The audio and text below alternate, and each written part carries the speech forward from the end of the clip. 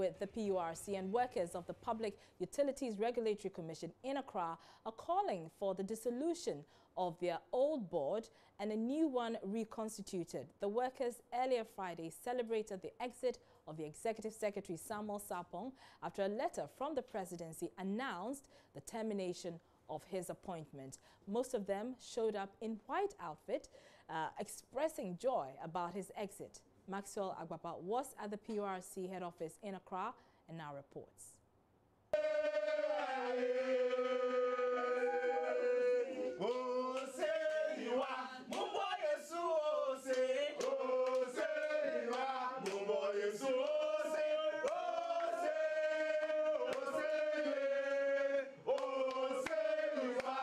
Solidarity forever. Solidarity forever. Solidarity forever. And the union makes us strong. In the conference room. Over the dismissal of the Executive Secretary Samuel Sarpong. They are all gathered here wearing white clothes, all in a jubilatory mood. Let's find out from some of them why they are so excited. Hi, what's your name? Hi, my name is Pamela Brown, Union Secretary. What is calling for this jubilation? Oh, in fact, I don't know what to say, but for some time now, we've been fighting to get a good executive secretary. In short, we have one.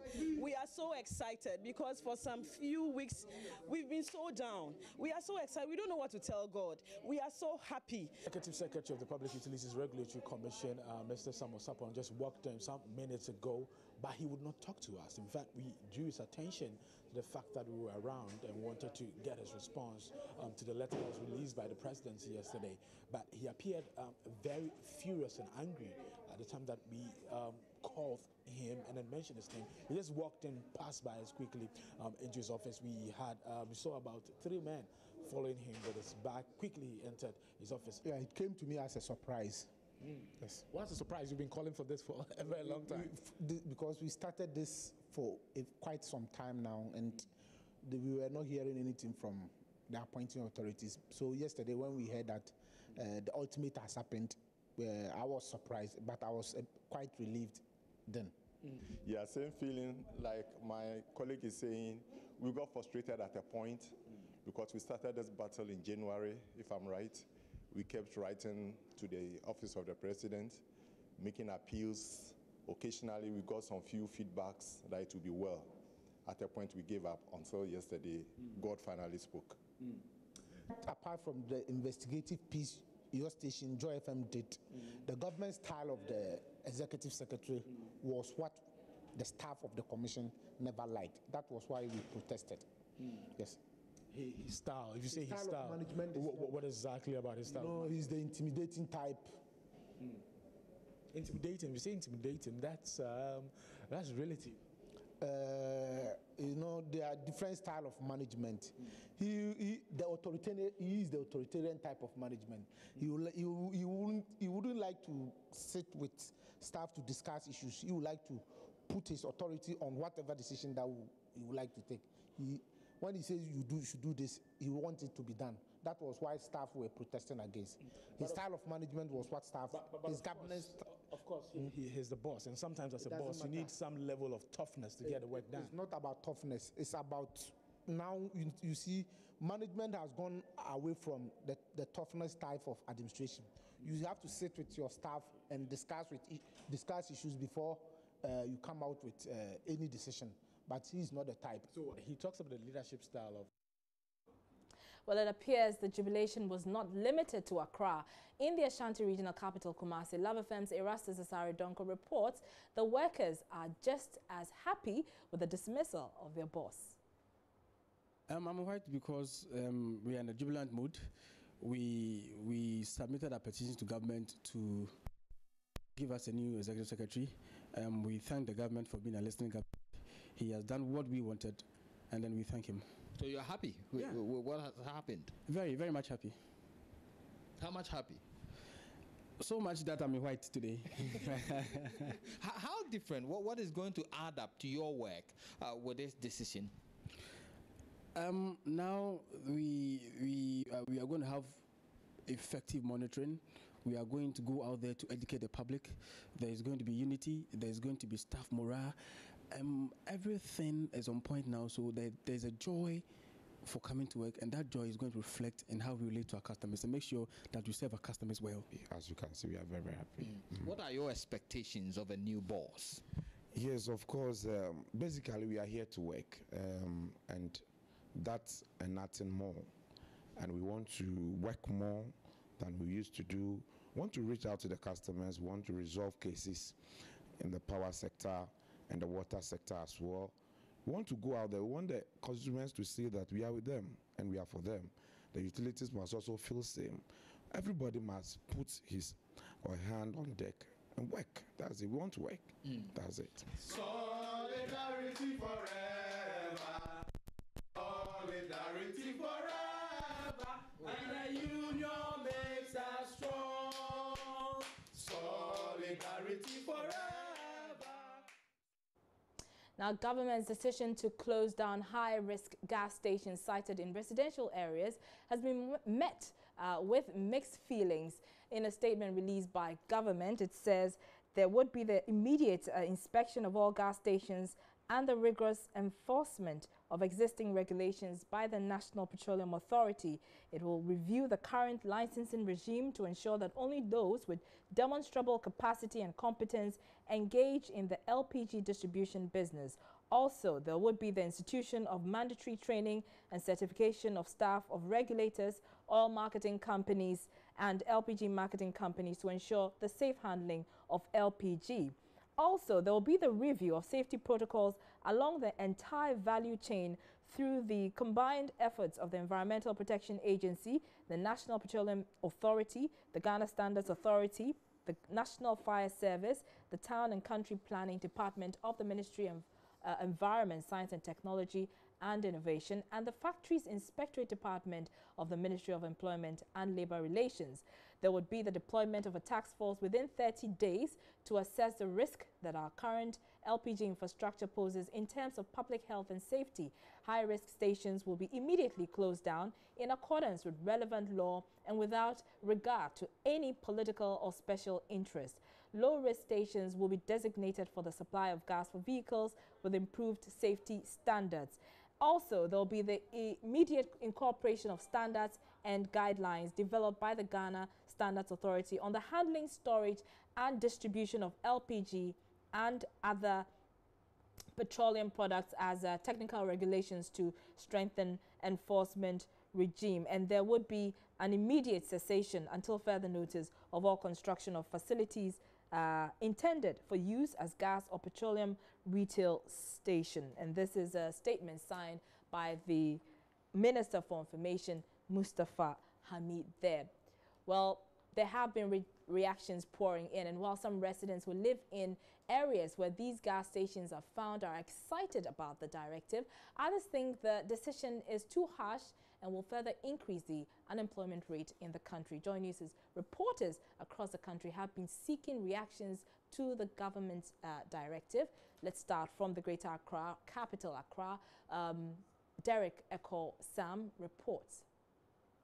I'm at a gas station here at the Owusu estate. I want to describe to you what I'm seeing here. Just beside this gas station, there's a washing bay where people come to wash their cars. Directly opposite the station are places of residence where people live and then do business to make some money to earn a living. Now, I want to pick the thoughts of these people on the decision by government to close down all gas stations that are in residential areas. It's two-way, because you want to close them down, fine. But should they be closed down? If there's a need to close them down, then it should. But if there is no need and it's just to make sure you satisfy people, then I don't think it's right. But if they are not satisfying conditions that they should satisfy, then if you are closing them down, it's necessary. But if not, but sometimes I share the view, it is even in our homes. We use gas in our homes. Don't they kill us in our homes? Yes, so don't we use gas, or are we not going to use gas in our homes? You have a business close to a gas station. Yes. Are you not scared? I am very scared. I actually pray every day. I don't sleep. I pray. When I sit here, I pray. Hey, when am I going? So it's a worry to me. No can yeah. But once we're into stop home. It's a good decision, but I would be glad if the government considers those who earn a living from these stations. Government should rather ask the owners to relocate further away from the residential areas.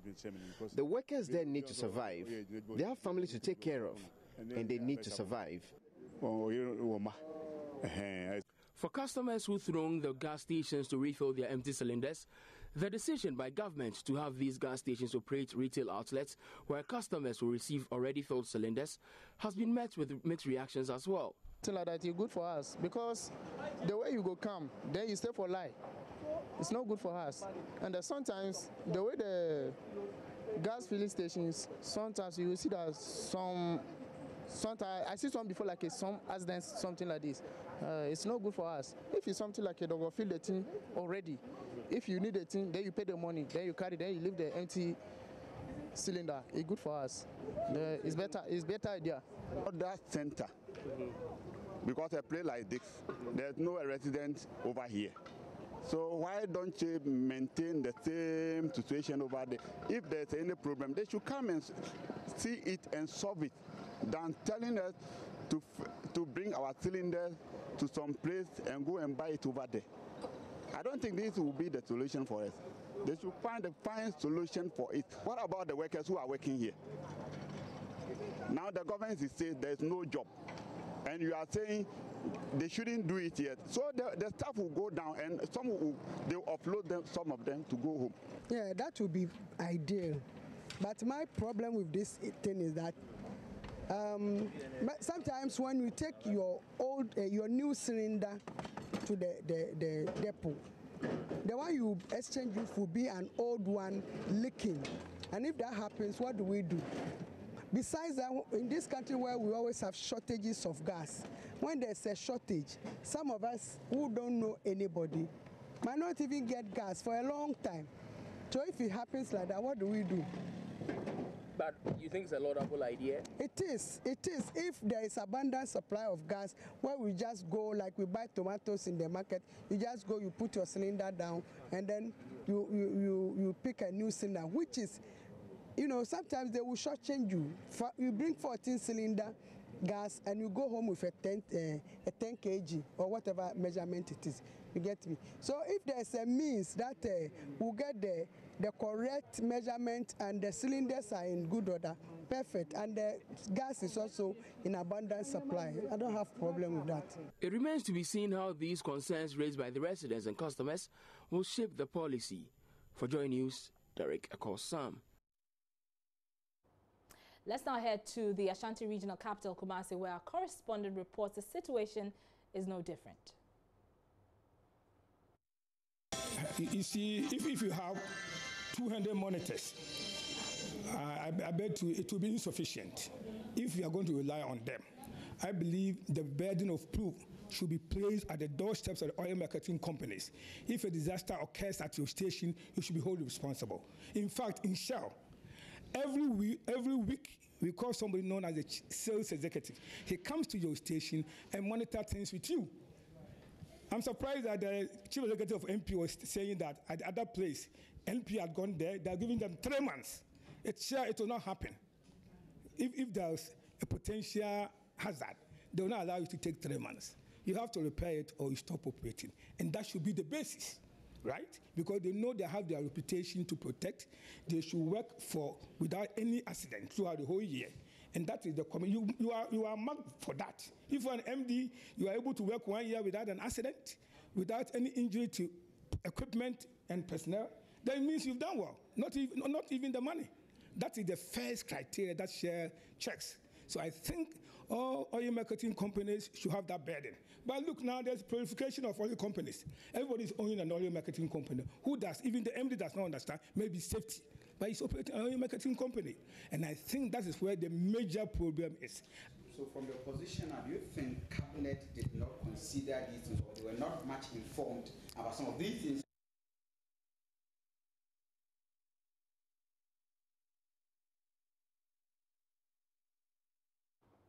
In the northern regional capital, Tamale, here's what residents have been saying about the directive.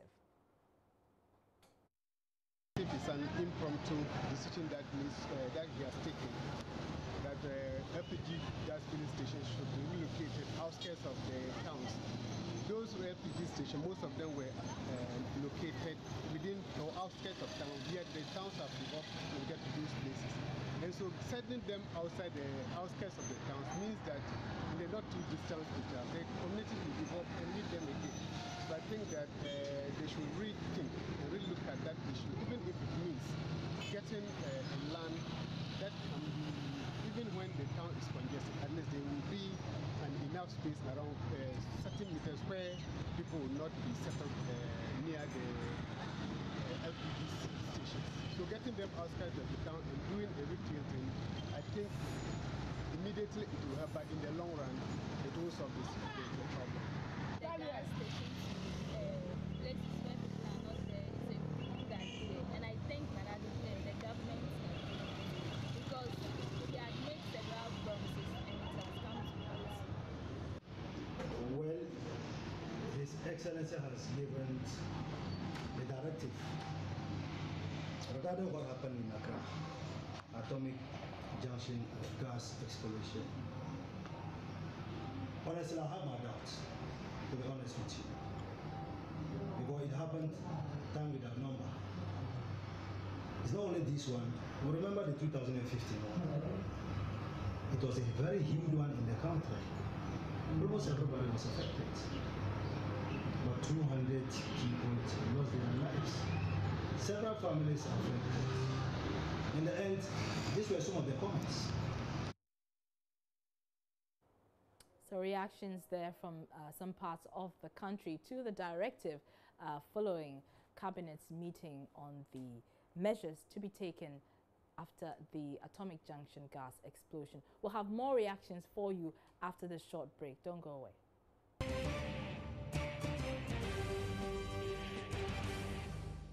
You're welcome back. Now, students of the University of Professional Studies, Accra, today took to the streets to demonstrate against the location of a fuel station very close to their 5-story lecture complex. The students, clad in red and black shirts, however, said they were disappointed with how the police managed the situation. Some of them had wanted to storm the premises of the Strategic Energies Limited fuel station, but were disallowed by the police officers. Some hours after the atomic gas explosion last Saturday, the Student Representative Council announced that about 20 of its students were hurt in a stampede that started after the explosion. Their call for the relocation of fuel station, they say, is to avert a waiting disaster. We wanted to do a 100% demonstration, but the policemen made us do 0.5. We are highly disappointed. The policemen, why should you agree to a route we are supposed to pass? We get there and you block us. Are we fools? No. We are not. Never. We are professionals from University of Professional Studies. We are law-abiding. Hence, we agreed to what you said on Monday, that you are coming to guide us do the demonstration, not to block us. We are highly disappointed in the policemen, and we are sending this message straight to the presidency. His Excellency Nana Addo Dankwa Akufo-Addo, we voted for you. Students made the president. Yes. We changed government. We changed government. Cell must go. And to Mr. Blagoji, you are a human being. You have human heart. You are a Christian or a Muslim. Please come to the aid of students. Well, it didn't go well. Not particularly me, but to the whole entire school. Based on the fact that the police were here on Monday. We had a take on this, that Friday we will sacrifice to do this demonstration. All for them to come with a layout plan, leaving the school, get into the middle of the journey, the blockers, just to reduce the students, to make some of them frustrated students to go home. And this is not fair. The EPA boss, Peter Abumsa-Kodie, says that request cannot be granted. Speaking on Joy News' current affairs show, PM Express, Mr. Abumsa-Kodie explained the fuel station at the center of the controversy has complied with regulations over the years. After assessing the facilities in regards to safety, I would never recommend that the fueling station be shut down.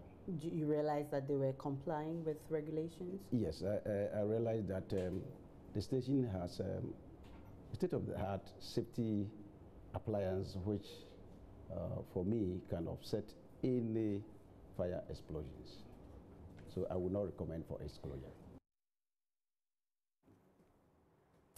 Meanwhile, the Ghana Standards Authority says it is working to introduce a standardized measuring system in markets. Head of metrology at the authority, Paul Michael Date, today told my colleague Gifty Ando appear on the polls earlier. The GSA is embarking on a sensitization drive targeting what he calls stakeholders, including oil marketing companies, hospitals, as well as farmers and traders. He says this is in recognition of the need to raise the standards bar in Ghana. It's supposed to inculcate in them system of weighing. They must be weighing their produce. But is that a workable plan? Because when you get to the markets, at the end of the day, they are still going to weigh with their hand. No, we are going to move it right from that level into the markets. Okay. Now, when you start from the market, they will say where they go to buy, it is not weighed. You know. Okay, so you're starting from there. From the source. Okay. And then through the entire chain to the market. I see. And are you providing them with skills with which they can be weighing? Providing skills for everybody will not be possible. But then, depending on how organized various groups are, some NGOs can decide to provide weighing skills for some groups. The weighing, we hope to, with our stakeholders, including World Food Program, including PTB of Germany, USAID, and other donor partners, Ministry of Food and Agri, Ministry of Trade and Industry, Ministry of Local Government, GPRTU, the police, a lot of, and farmer associations. They are all part of it. All right. And we will have about a year-long sensitization. Okay. Then the enforcement starts. Let's stay on this a while longer. A former Minister for Environment, Science and Technology, Mahama Yariga, is challenging Cabinet's directive ordering the immediate cessation of the construction of new gas and fuel stations across the country. The new directive is, quote, until further notice, as government rolls out safety and regulatory measures to save lives and properties in the wake of the Atomic Junction gas explosion, which claimed 7 lives. But Mr. Yariga argues that directive by Cabinet are simply unconstitutional, depriving citizens of their rights to acquire properties. He joins us in the studio with more on this. Good evening and many thanks for your time, sir. Good evening. So explain to us why you say that this is unconstitutional. Many people have embraced these directives because, in their own words, it would help to avert, further gas explosions. So why do you say it's unconstitutional, specifically on the cessation of the construction of new gas stations? Yeah, I mean, there are so many directives, about 9 of them. Yes. The 8 directives are good. I mean, they are commendable. I believe that if we implement them well, we will, to a very large extent, deal with the problem. The last one has legal challenges, in the sense that if a citizen, law-abiding one, acquires a piece of land, obtains all the permits, and starts the construction of a fuel station or a gas station, as a president, if you want to stop him, there's something called due process. You must go through due process in order to stop the person. You don't meet at the cabinet and announce that the person should stop, because asking somebody to stop in that instance will often also lead to some laws being incurred. If, for instance, on the strength of his permits and based on traffic count and a market survey, he thinks it's a viable business, and he approaches a bank, and the bank advances a facility to him for the development of that project, and you direct that he should stop, and he stops, and he's not able to finish within time, he's not able to pay his loans and service his debts and etc., and there's a loss. I mean, who handles that? So when institutions... So you're saying that government could be attracting lawsuits? Precisely, government could be attracting lawsuits. But all the other 8 directives, they are good. But let's stay on this particular directive that you have a challenge with. Bear in mind that it is an interim measure. It is not a long-term measure. If we assume that someone has, acquired land for the purposes of building a filling station, but did not go through the right processes, isn't it prudent on government's part to, tell the person, hold on, and let's make sure everything is in place before you go ahead, especially in the wake of, the explosion we witnessed last Saturday? That's what I'm saying. There's due process. You have to find out within the legislation granting the person the permit, is there a power on the side of, let's say, is there a power to stop that person from carrying out a lawful activity for which you have been permitted? So due process requires that if you are asking me to stop, look at the EPA Act, look at the NPA Act. Do these acts give the power to the president to stop somebody from carrying out a development? And I'm saying that there's no provision in any of those acts giving the power to the president to stop anyone. And the president cannot also act under the Constitution because he hasn't declared a state of emergency, under which conditions he could act without regard to people's rights. So where somebody has acquired a legitimate right to carry out an economic activity, if you want to stop that person, you must go through due process. And I'm saying that so far, a cabinet meeting is not that due process. Right. So stopping people who already have lawful permits from carrying out the construction, in my opinion, is excessive. And the reason why it is even excessive is that carrying out the construction doesn't amount to selling petroleum products. The person can carry out the construction and finish until he is permitted to go and then lift petroleum products to the site. No danger is really posed to anybody in the neighborhood. So there's no threat. The end result is to sell petroleum products. But he hasn't brought petroleum products there. Let him carry out the construction. I think that the policy that they should immediately review all permits will help deal with the problem. In reviewing all permits, they will also review the permits of those who are presently under construction. Right. And if they review the permits and they come to a conclusion that where you are siting your station, it's not the right place, then you can stop the person. Then you would have gone through due process. But as it is, to just issue a blanket directive that everybody carrying out construction should stop. Families are dependent on the work at the site to feed themselves. They come in the morning and they are told that the president says that we should stop construction. For what reason? What's wrong? Have you checked this site? Have you checked this particular permit to be sure that this particular permit has been wrongfully issued? No, that's an abuse of power. Now, earlier today, the president met with some state agency heads and set up a ministerial coordinating committee, which will be implementing the regulatory measures that we've outlined out already. Now, the committee is chaired by the energy minister, and it includes the NPA boss, among others. Do you think that really there's a need for a special committee to be set up to oversee these measures? Don't the agencies themselves have the capacity to do that? The circumstances and the exigencies of the situation that we find ourselves may require that you set up a committee. And obviously, if you look at the agencies that constitute the committee, they are the ones that actually have a role to play each time that a station is being set up. The NPA issues a license, but the EPA also provides the environmental permits. The fire service provides a fire permit. The local government authority. So these are all agencies that are involved one way or the other. And so if you set up a committee that is made up of all these people, then it makes work easier. Because there could be situations where they will be working at cross purposes. The environment minister will go and then stop activities at the station, and then the energy minister will call and say, why are you stopping? Because my agency says they permitted them and everything is okay. So there could be conflict between the NPA and the EPA about whether or not a particular station should function. But if they are working together, you can avoid all that. So I don't really have an objection to a committee being set up or the committee being made up of all these organizations. The problem I have is with the last directive that every other person should stop. I don't think it is a necessary directive. Very well. I can imagine that public sentiments now against people establishing fuel stations. Everybody feels that there shouldn't be a fuel station by his house. Well noted.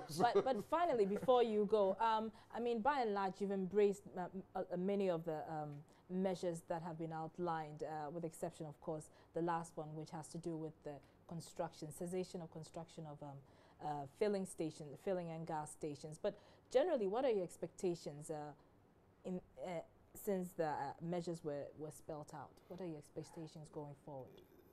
The reality is that all these, apart from the new policy on gas circulation, which is new, all these others are really already in the regulations. I think what is important is for the institutions responsible for permitting and licensing to do their work. And if it is a capacity issue, then the state should provide more capacity. And so the recommendation that NPA should recruit 200 additional staff is, for me, good. Because sometimes the problem is that they don't even have the capacity to go around because the numbers are small. But I think similarly, the EPA should also be resourced to recruit additional hands because they also need to have enough numbers out there in the field checking on these things. So I would support these measures. I believe that if we really implement them well, we should be able to deal with the problem. But the key thing is to have the agencies do their work. Very well. Thank you so much. And that's former Minister for Environment, Science and Innovation, Mahama Ayariga, joining me with his perspective on the directives to be taken in the wake of the Atomic Junction gas explosion. We're taking a break. Business is up next. Don't go away.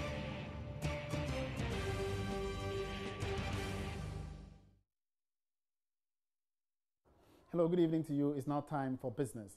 Some LPG marketers are kicking against government's resolve to enforce stricter regulations in the downstream petroleum sector. Speaking to Joy Business, the public relations manager of the LPG Marketers Association, Bernard Oredu, says government's knee-jerk reaction to finding solutions could rather compound the problem and affect productivity in the petroleum downstream sector. About the directive. There's no one that really sits with us very well. And we were of the view that if you could remember, sometime earlier this year or latter part of 2016, this issue of cylinder recirculation module came up, and we resisted it as an association, and we adduced cogent reasons. We gave government the reason for taking the position we had taken, and government found wisdom in what we had suggested. So there was a communique from government withdrawing the implementation of the policy. And the communique also added that in the event that a new policy would have to come up, we will be resorted to as an association, as industry players. But we were taken aback when, on the heels of the happening on Saturday at Atomic Junction, a policy or a directive came out from cabinet without recourse to us. We are of the view that per the earlier communication, we were to be resorted to as to the way forward in this LPG distribution. Centralized system we are talking about here could be a combination of about 20, 30, 40 outlets because it's a big tank farm where the cylinders are filled there. Do we have the firefighting equipment? Do we have the adequate emergency equipment to fight these fires? It's a big issue we need to interrogate. The person who would be using the cylinder at home, has he been educated enough as to the use, as to how to detect leakage? Because bear in mind that he would have no control over the cylinder. He's just going to pick it from an outlet. So he doesn't even know the condition of that particular cylinder. That is how the model is. The model is not as if you are going to own your own cylinder. It's like Coca-Cola. You go, you pick your Coke. When it's empty, you go put it there and bring another Coke like filled. So you don't even have control over how the conditions in which the cylinders are going to be kept.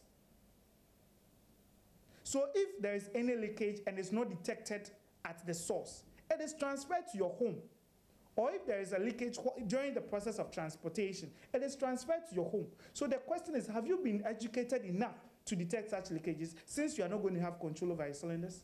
So you see, it's a big issue. It's a national issue.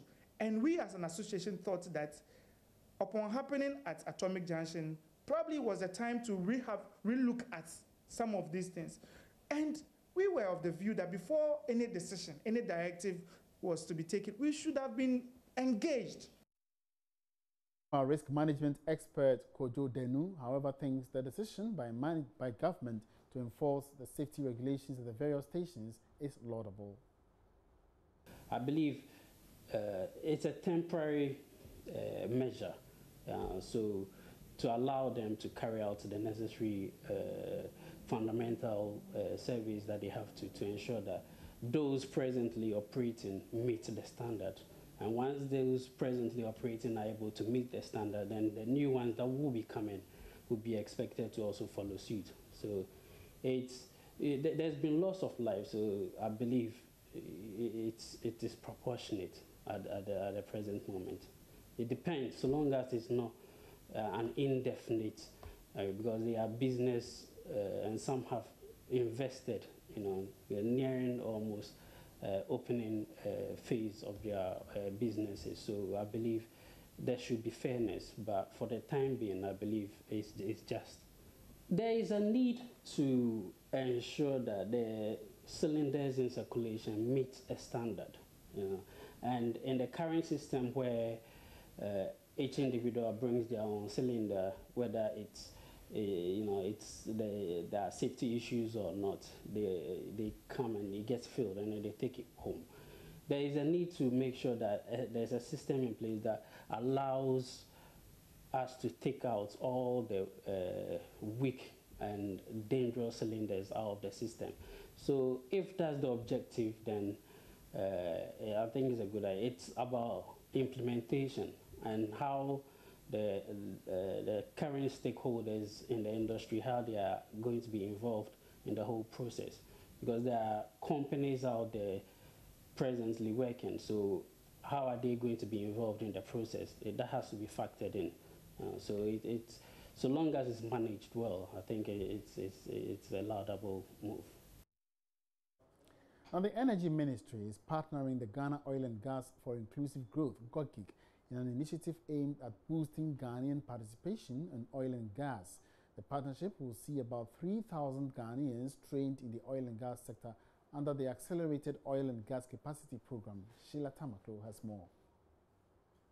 According to the Deputy Minister for Energy, as Ghana's oil and gas industry continues on its upward trajectory of growth, there's a need for adequate manpower to steer activities, hence government's effort towards building capacity under the Accelerated Oil and Gas Capacity Program. As a country, we really haven't developed our capacity. We haven't prepared our people as fast as the industry has developed. And so we are likely to have an industry without Ghanaians participating in that industry.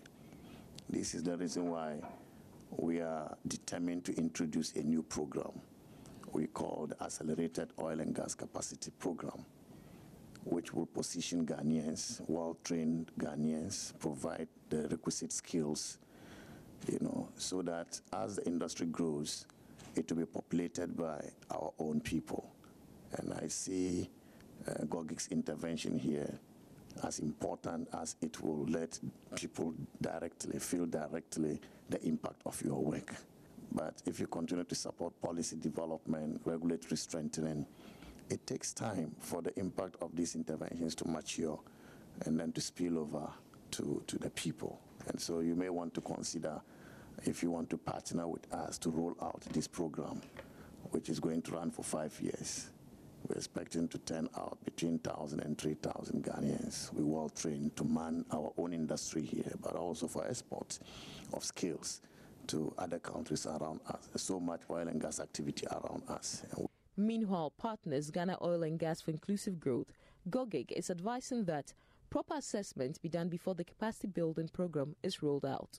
It's important that this accelerated capacity building program is founded on some analysis of what is the sector going to need in terms of when we look at the growth profile of the sector, what is it going to need? And what do we have already? Because there's been quite a lot of capacity building by different agencies. You will know that the annual budget funding amount for a long time had a component on capacity building. So we need to understand, one, what's the need going forward? And two, what has already been done? What has been achieved through the capacity building programs that have been run so far? And then on the basis of that, plan a very targeted capacity building program so that we know that we will be able to achieve what the minister is talking about. You will have people who will be able to man the sector in the areas that are necessary. Because there's always a risk of a mismatch if you don't do that analysis before you start. But GOGIG is definitely committed to supporting capacity building. The Ghana Oil and Gas for Inclusive Growth's key objective has been to support Ghana to make the most of the oil and gas sector. Now, efforts to fight cybercrime will be getting a major boost as the Ministry of Communications presses for some allocation in the 2018 budget. This follows the establishment of a National Cybersecurity Secretariat within the ministry to protect various national systems and data from cyber attacks. The National Cybersecurity Advisor to Government, Albert Nkrumah, shared some thoughts on this with Joy Business at the launch of the Cybersecurity Week. The National Cybersecurity Week is targeted at scaling up awareness on cybercrime and related issues, especially with ascendancy in such incidences. Speaking at the launch of the program, National Cybersecurity Advisor to Government Albert Nkrumah cited government's commitment to beefing up cybersecurity by making budgetary allocations for it in the 2018 budget. Funding shouldn't be an excuse to neglect our national cybersecurity. And I'm speaking in a position as a cybersecurity advisor to the government. And this is a position that has to move across within the stakeholders that I'm working with. Look, the kind of investment that we are doing in this country, if you look at the volume of amount of money that we are putting into our national ICT development. And that's all in business tonight. Many thanks for watching. My name is Emmanuel Abuaji. Have a great weekend. You're welcome back to Joy News Prime. Now, a total of 17,422 people were displaced by various forms of disasters in the Eastern region between January and December 2016. That is according to the Eastern Regional Director of NADMO, Kwame Appiah-Kodua. He said this during a celebration to mark World Disaster Day in Koforidua. The preventive aspects of disaster management is going to be the core of the National Disaster Management Organization. So we can move from the relief administration and the provision of relief to disaster prevention. Deputy Eastern Regional Minister Joseph Tete said government will enforce all disaster prevention laws in the country. This year, the International Day for Disaster Reduction focus is target B, of which the aim is to reduce the number of people affected by disaster by 2030. NADMO must be equipped to identify and reduce disaster risks in Ghana, respond to the threats posed by disasters, emergency response, which covers timely response to the consequences of disasters, to provide rehabilitation service for victims, and coordination of the activities of the various governmental and non-governmental agencies in the management of disasters.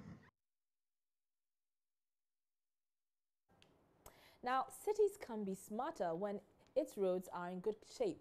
That's according to the Motor Transport and Traffic Department of the Ghana Police Service. As you know, the theme for this year's celebration of World Standards Day is Standards Make Cities Smarter.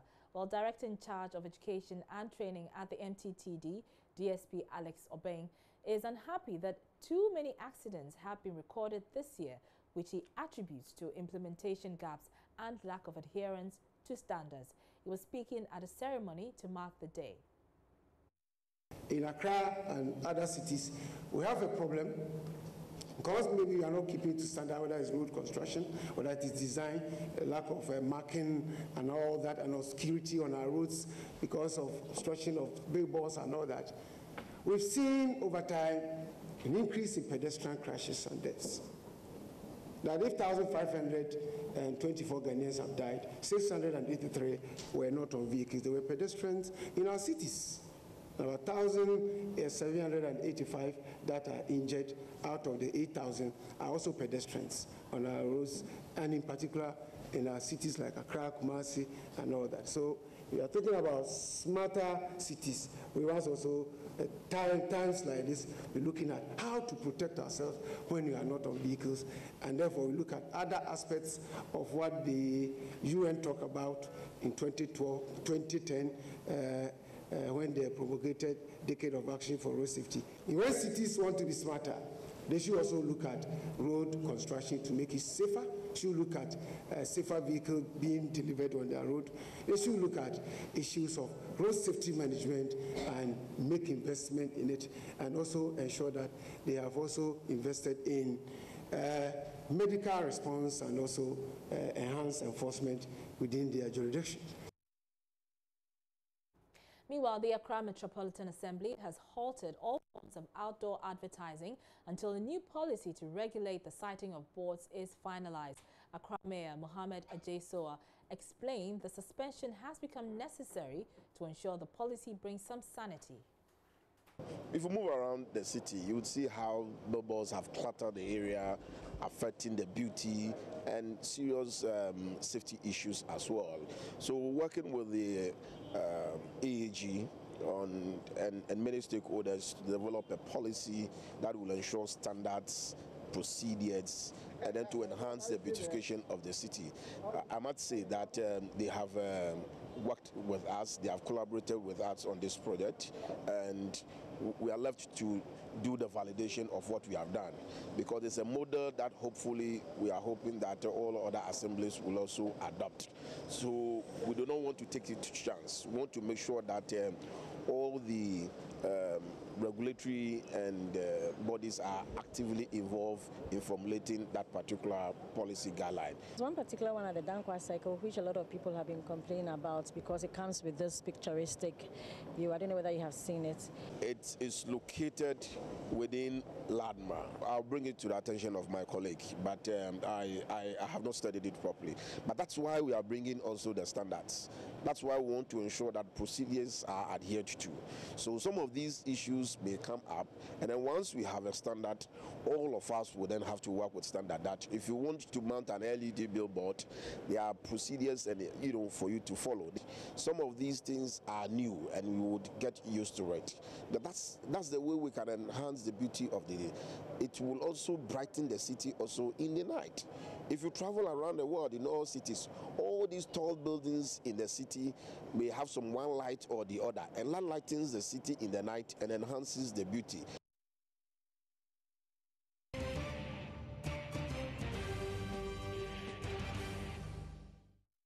Now, Deputy Chairperson of Parliament's Interior and Defence Committee, Owusu, says he will drag before the Privileges Committee MP for North Tongu Samuel Kujetua Blakwa over what he described as his Kejetia versus Makola handling of the Libyan Attorney General's Office report on the so-called Islamic State. The Sadek Assor report revealed some Ghanaians are playing a frontline role within the terrorist organization. At a news conference last Tuesday, the minority in Parliament called on government to urgently investigate the reports of Ghanaians' involvement in the organization. But speaking with Joy News, Owusu expressed concern with the minority's hurriedly organized press conference, which he says only sought to create fear, tension, and panic.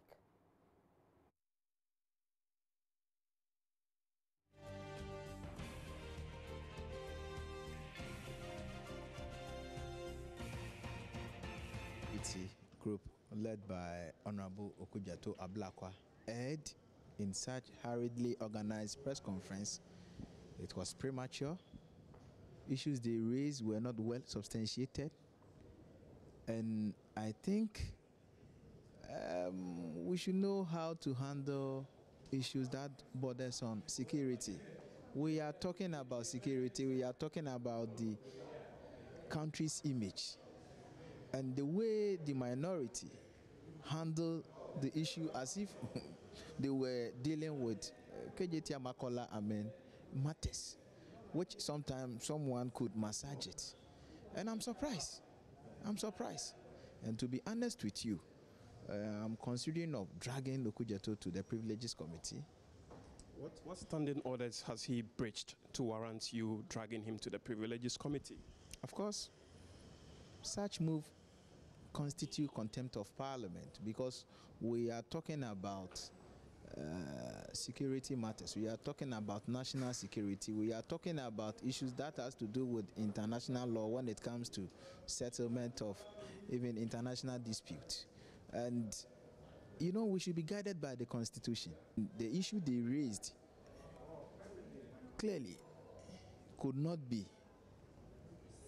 substantiated as if the information was accurate. The fact that the minority. Listen, it came from the Attorney General's office of the Libyan government. Listen. The fact that it came from the office of the Attorney General in Libya does not necessarily mean that it was wholly truth. Until we ascertain, until we find the veracity of the report, nobody can conclude. Meanwhile, minority group have concluded on the matter as if it was gospel truth, and they cannot dictate for the government. We are talking about security matters. We are talking about issues that are very sensitive, issues that can spark fire.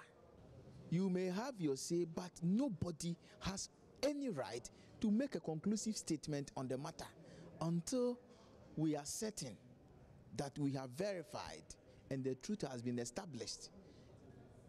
Otherwise, making such, a public pronouncement only creates tension, fear and panic within the system. Staying in Parliament, MP for Hohoe Bernice Adiku has appealed to the Roads and Highways Ministry to treat the Eastern Corridor Road with urgency, because the bad nature of the road has not only halted economic activities but also led to the loss of lives. The MP made the appeal in Parliament Friday afternoon when the Deputy Minister of Roads and Highways, Kwabena Owusu Aduomi, appeared before the House to answer questions on ongoing road projects across the country. Latif Idrisi was in Parliament. The issue of the Eastern Corridor Road has been in the news recently, or for the bad reasons. Reports are that portions of the road have gone bad. Now, today on the floor of Parliament, Member of Parliament for Hohoe, Madam Bernice Adiku was on the floor to ask the Deputy Minister of Roads and Highways what plans the ministry has as far as completing the Eastern Corridor Road is concerned. The reconstruction of Highway Hohoe Road from Kilometer 0 to 20, the project, which is located in the Afajato South District of the Volta region, was awarded on 23rd March 2016.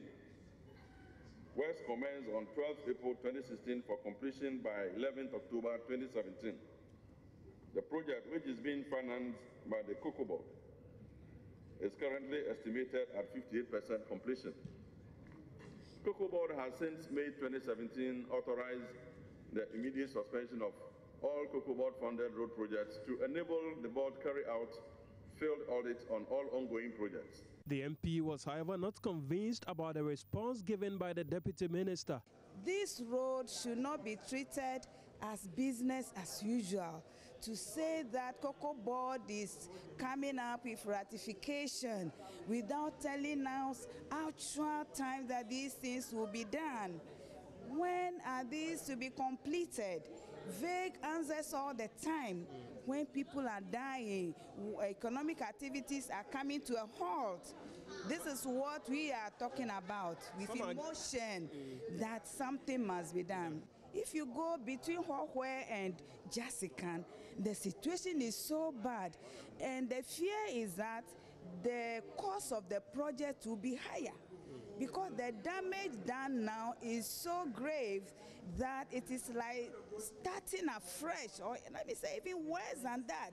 First, you have to upgrade the road to a level before you even start construction. Now, the Inspector General of Police, David Asante, has urged parties in Bimbilla to exercise restraints to ensure peace prevails in the area. The IGP made the call when he visited the area earlier today. As you are aware, the issue of Bimbilla chieftaincy dispute has been with us for some time now.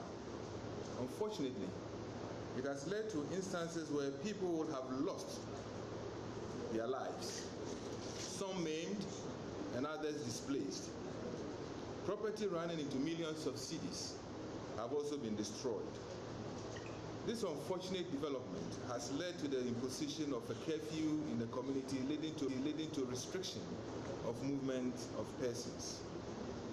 It is also important to indicate that the District Security Council, DISEC, Regional Security Council, RECSEC, and other stakeholders have been engaging the parties with a view to bringing about peaceful settlement of this matter. Distinguished members of the media, a couple of weeks ago, one of the factions to the conflict engaged DISEC and RECSEC to inform them of arrangement to have their deceased leader buried. The RECSEC also met the other faction and engaged them on the arrangements for the burial of the deceased person. As we speak, we are aware that the matter is before the highest court of the land. We therefore entreat the parties to continue to exercise restraint, maintain peace and security, and have faith whilst we await the outcome of the court's decision. On this note, we humbly wish to caution that the security agencies will leave no stone unturned to protect the law-abiding citizens in the community as they undertake their socio-economic activities. Now, former rector of the Ghana Institute of Public Administration, Professor Stephen Adai, is threatening a one-man demonstration to protest what he describes as traffic violations by the country's presidential convoys. He says blatant disregard by these convoys for other road users is endangering lives. Speaking at a program to mark the 20th anniversary of the accounting firm Morrison and Associates in Accra, Professor Adai called for a stop to the practice where all sides of the roads are taken by managers of the presidential convoy. And so far, the government is doing well. The next time I see Marimia or any of them traveling with 16 four-wheel drives and then occupying the two lanes here and here, so that coming and going should stop, I'm going to be a one-man crusade. So that must be stopped at once, because I followed them to Cape Coast last week, and I was trying to overtake them to tell him to stop. And then the police stopped me, they are police people, and as soon as they saw my name, I said, "Oh, Prof, please, can you give a distance between us and you and them?" So. Well, the former KIMPA rector also wants government and the Auditor General to be vigilant in detecting and addressing public sector corruption. And speaking of corruption, former moderator of the Presbyterian Church of Ghana, Professor Emmanuel Mate, has cautioned the president to be wary of corrupt individuals in his government. The bishop firmly believes large governments such as that of the ruling MPP, the governing MPP, have the potential to influence corruption. Professor Mate was delivering a lecture on corruption and its devastating effects on the country at the Christian Service University College in Kumasi. Politically, corruption is a great impediment to democracy and the rule of law. When institutions and offices in a democracy are abused for private gain, they lose their legitimacy. And what are corrupt states without justice? So if I look at Ghana, yes, according to St. Augustine's, looking at Ghana and what is going on, all are gang of thieves. And he says, not on a small scale, on a large scale. Economically, corruption drains and depletes the national coffers. Corrupt leaders will use scarce national resources in high-profile projects, which will bring them more money. You know, the bigger the project, the bigger the money will come to them. But they will neglect the lesser one, which will bring hospitals, that the people need, schools, that the people need. Describing corruption as thievery, former managing director of the Graphic Communications Group, Ken Ashiwe, also called on the media to change the narrative about corruption. CSOs need to lead the charge to make anti-corruption a people's crusade. Ordinary people should be helped to understand the negative effects of corruption that corruption has on the economy and on their own well-being. If they realize that the amount of money we lose to corruption, they will feel the need to fight the canker. Statistics about how much corruption costs Ghana may be difficult to come by, but we can take a cue for the continental-wide estimate figures which the African Union put out in 2002. Bear in mind, in 2002, 150 billion a year. This is from a continent stricken by poverty and always begging for development assistance. Well, Africa in 2002 was losing 150 billion. And it's interesting to know that in 2008, 6 years after that, aid from development countries to the continent accounted for only, you know what? How much? 26 billion. The aid that they gave to us and they complain about, 26. But we're losing 150 billion to corruption. And about 22.5 billion is coming to sub-Saharan Africa. And this is from Organization of Economic Cooperation and Development. This is how hard corruption can hit citizens. Compare 150 billion a year cost of corruption to 26 billion aid a year. You're watching Joy News Prime. I'm Arabakum.